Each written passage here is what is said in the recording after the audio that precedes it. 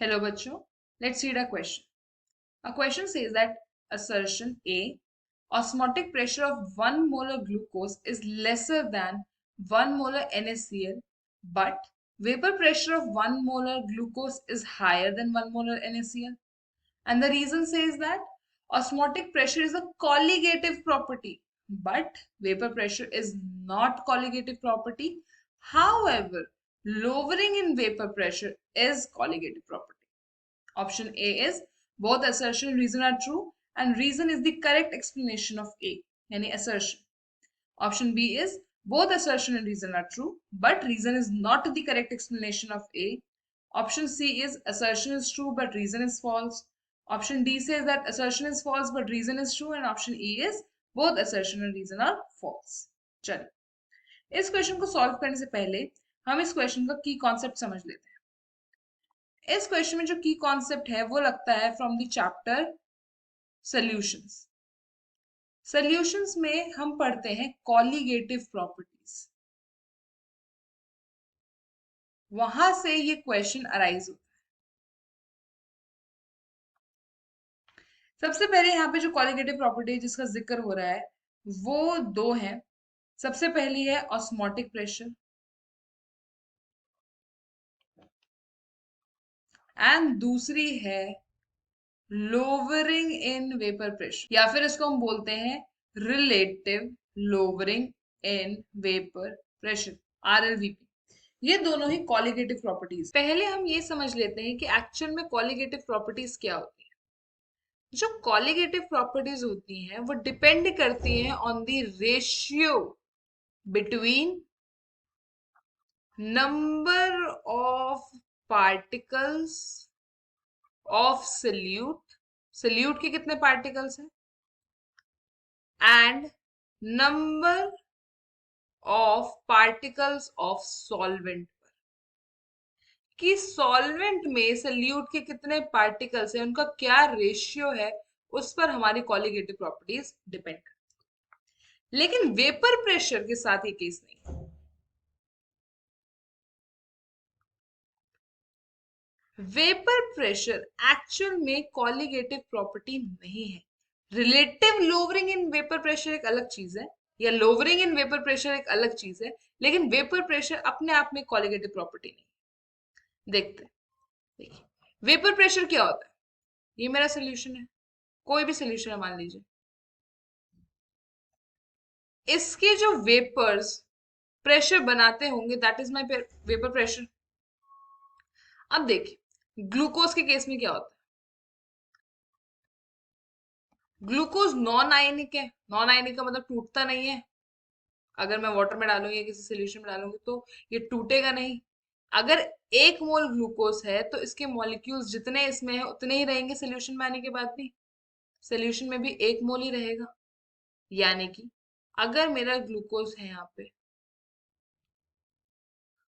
और उसको मैंने अपने सोल्यूशन में डाला है, तो मान लीजिए यहाँ पे उसके 2 मॉलिक्यूल्स हैं और ये वो ही वेपर प्रेशर को कम कर देता है, तो यहाँ 2 ही रहेंगे।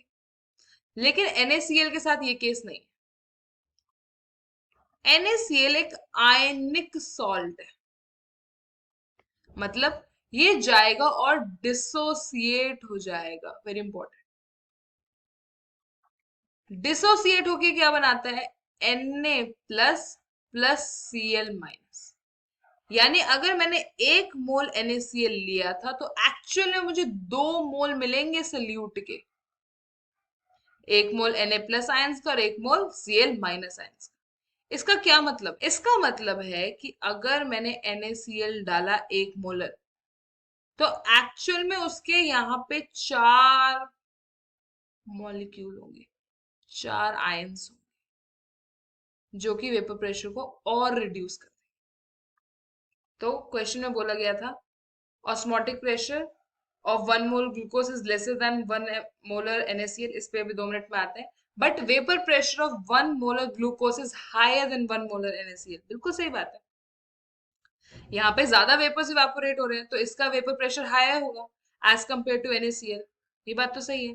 अब हम जरा ऑस्मोटिक प्रेशर की बात देख लेते हैं।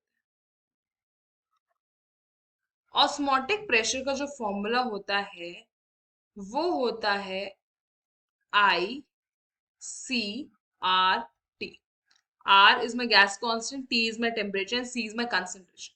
ये जो I है ये है number of solute particles divide by number of solvent particles. तो हम यहाँ पे नंबर ऑफ solute particles लिख लेते हैं. ये है number of solute particles.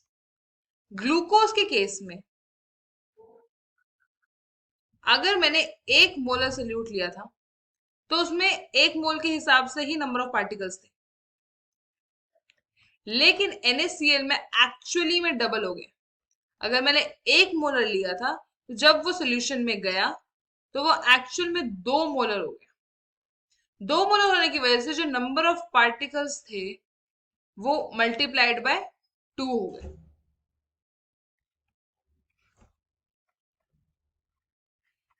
Multiplied by 2 हो जाएंगे तो जो मेरा ऑस्मोटिक प्रेशर है वो ज्यादा हो जाएगा NaCl के केस में.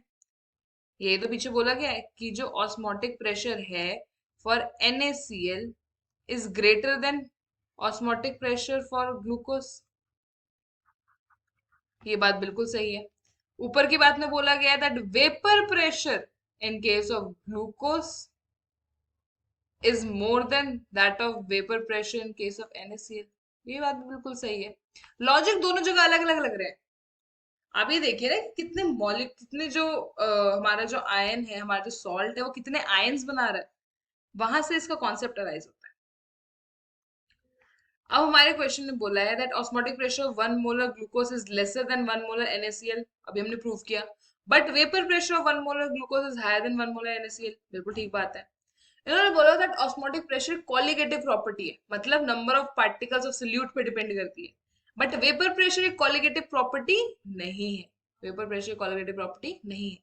लेकिन lowering in vapour pressure colligative property है. हाँ बिल्कुल. कितना रिलेटिव लोवरिंग होगा वेपर प्रेशर में वो एक कॉलिगेटिव प्रॉपर्टी. वो डिपेंड करेगी सोल्यूट के कितने पार्टिकल्स है सरफेस पे. तो इस क्वेश्चन का हमारा आंसर क्या बनता है? Option A, that both assertion and reason are true, but and reason is the correct explanation of assertion. So my correct option is option A. I hope you understood it well.